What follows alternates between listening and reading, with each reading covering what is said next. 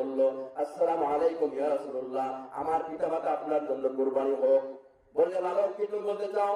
বালক বললে, হুজুর চলেছিলাম, আমি তো অসহায় হয়ে গেলাম, আমি এত গরিব হয়ে গেছি, আমার সম্পদ ছিল সব ছিল, কিন্তু আপনার হাত ধরে বায়াত গ্রহণ করে পড়ে আমার আব্বা মা আমাকে ত্যায্য পুত্র করে দিয়েছে। শুধু তাই নয়, আমার গোষ্ঠীর লোকজন আমাকে বাড়ির থেকে তাড়িয়ে দিয়েছে। এখন কোথায় যাব?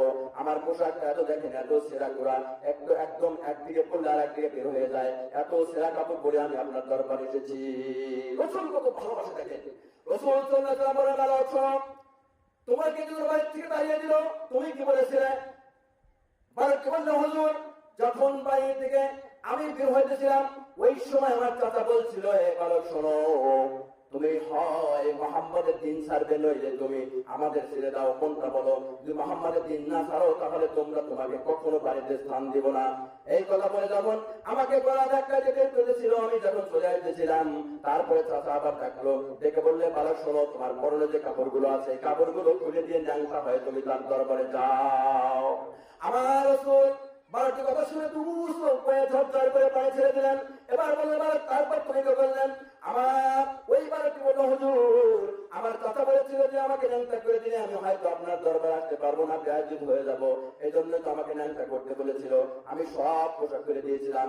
এরপরে আমি যখন আপনার দিকে আসতেছিলাম, লজ্জিত হয়েছিলাম, আমি আমার মা দেখে দাঁড়িয়ে আছে, আমার বিজয়ের বেলায় মা দাঁড়িয়ে আছে, চাতক পাখির মতো আমার দিকে তাকিয়ে আছে। আমার মাকে বললাম, মা, ও মা, আমি রাসূলের দরবারে যাবো, তুমি যদি পারো এক টুকরো তেনা অথবা কাপড় দাও, যে কাপড়টা দিয়ে আমি আমার ইজ্জত নিবারণ আবরণ করে আমি রাসূলের দরবারে যেতে চাই। আমার মা তবে বাড়ির ভিতর থেকে একটি ছেঁড়া কাপড় এনে দিয়েছিল। হুজুর দেখেন, একদিকে ধরলে আরেকদিকে বের হয়ে যায়, একদিকে ধরলে পড়লে আরেকদিকে বের হয়ে যায়। আবার রাসূল চোখের পানি ছেড়ে বললেন, বালকের হাতে মাথায় হাত তুলে দিলেন, বলে দিয়ে বললেন, হে বালক শোনো, তুমি যে কাজ করেছো, জান্নাতের উচ্চ মাকাম তোমাকে দেওয়া হবে রে বালক। বালক এই আসো, আমার বুকের মধ্যে আসো।